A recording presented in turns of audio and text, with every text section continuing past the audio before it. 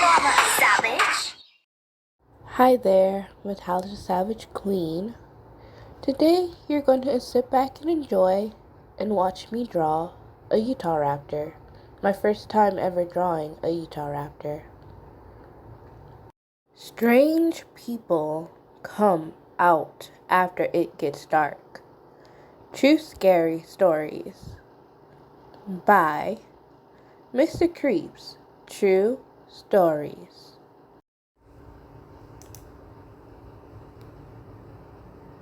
Halloween night.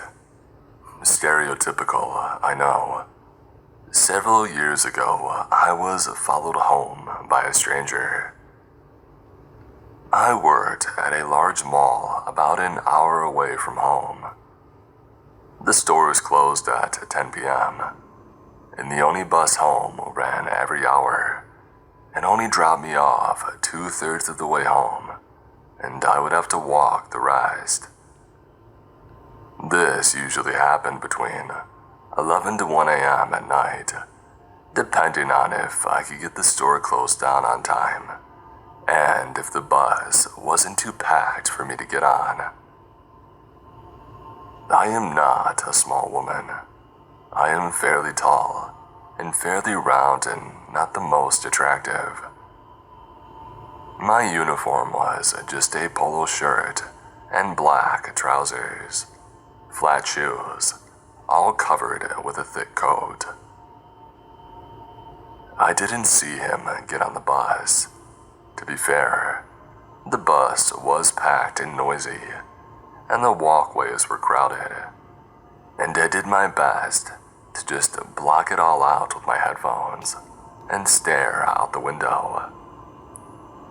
I am not a people person, and having been at work for 12 hours on a busy day, surrounded by these awful people, I was just pissed off and desperate to get off the bus and be alone. When we finally got to my stop, and I managed to struggle my way to the front of the bus through people that refused to move, I stumbled into the night air and breathed a sigh of relief. A couple of people got off the bus behind me, and I started up the hill, crossing the road to continue up the side street that led to my road. This side street is very long and has offshoots into residential streets on very steep hills going down. The street itself is lined with small shops, and there's a high grassy bank on the opposite side that has houses along the top, so it feels very isolated after the shops close down.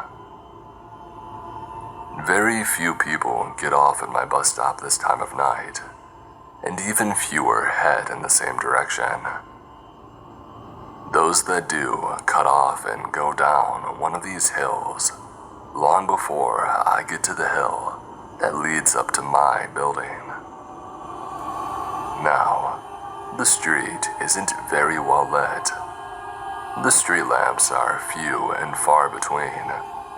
Several of them are motion activated, so they don't even turn on until you're right on top of them. I've walked home in the dark this way 1,000 times, and I've walked to work this way at 3 or 4 in the morning 1,000 times too.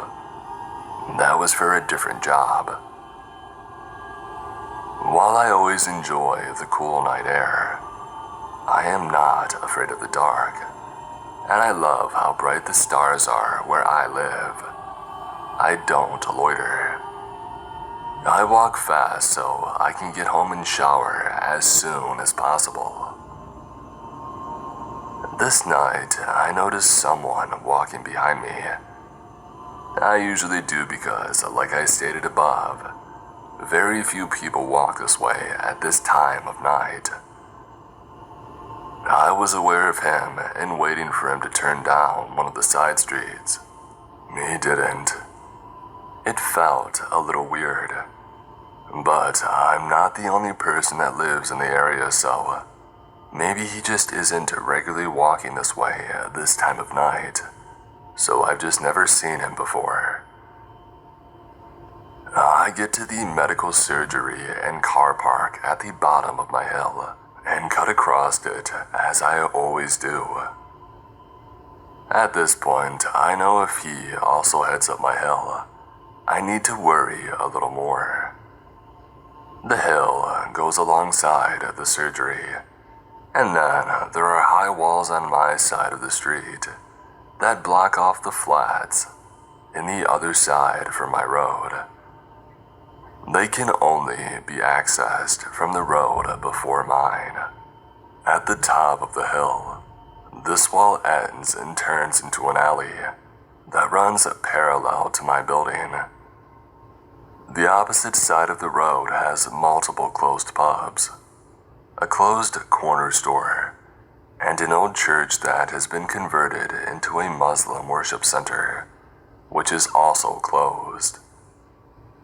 There are even less street lamps here, and my building is surrounded by a metal fence with 20 or so feet of grass that slopes down to the entrance of the building, where the doorway is lit up. The point is, it's isolated, and the only reason someone should be up here this time of night is if they live in my building. This guy crosses the car park after me, and now I'm feeling concerned. I know he doesn't live in my building.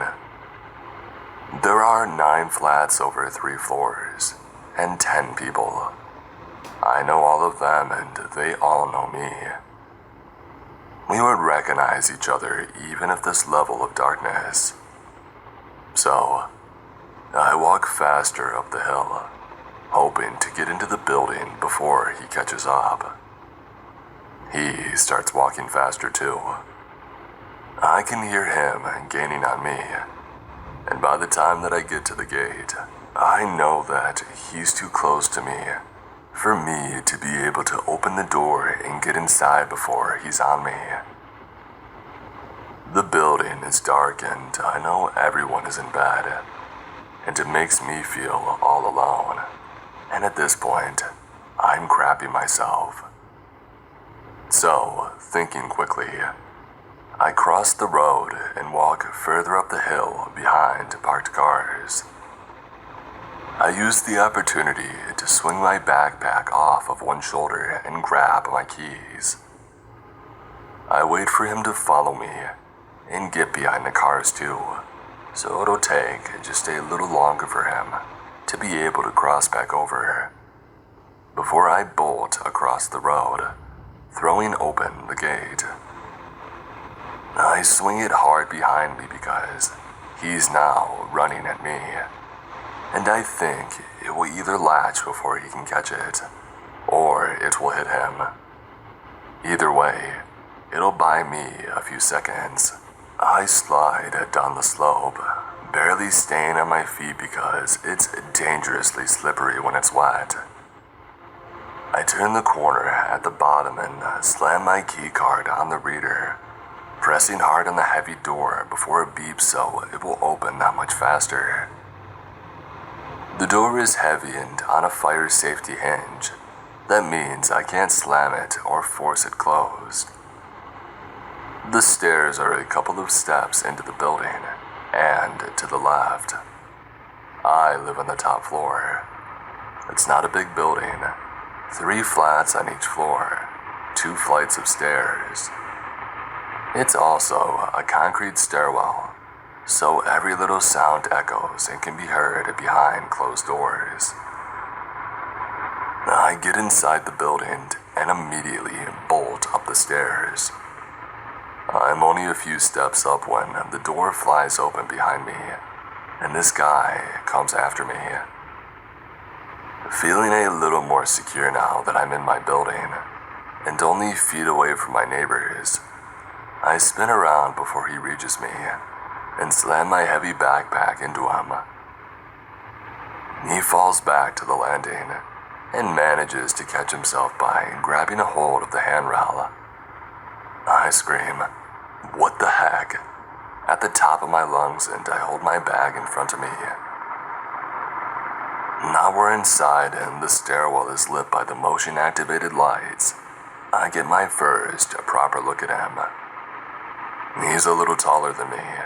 I'm 5'8". He's black and old enough to be graying.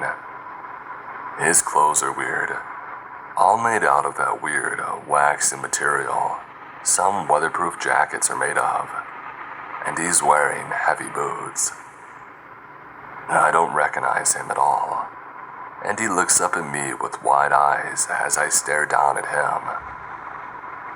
I'm fully prepared to kick him in the face and throw my bag if I have to. I don't want him to be able to follow me into my flat, so I stare him down. He begins to stutter, hands ringing over the handrail and ducking his head a little, trying to look pathetic and harmless. Thanks for watching. Don't forget to like and subscribe.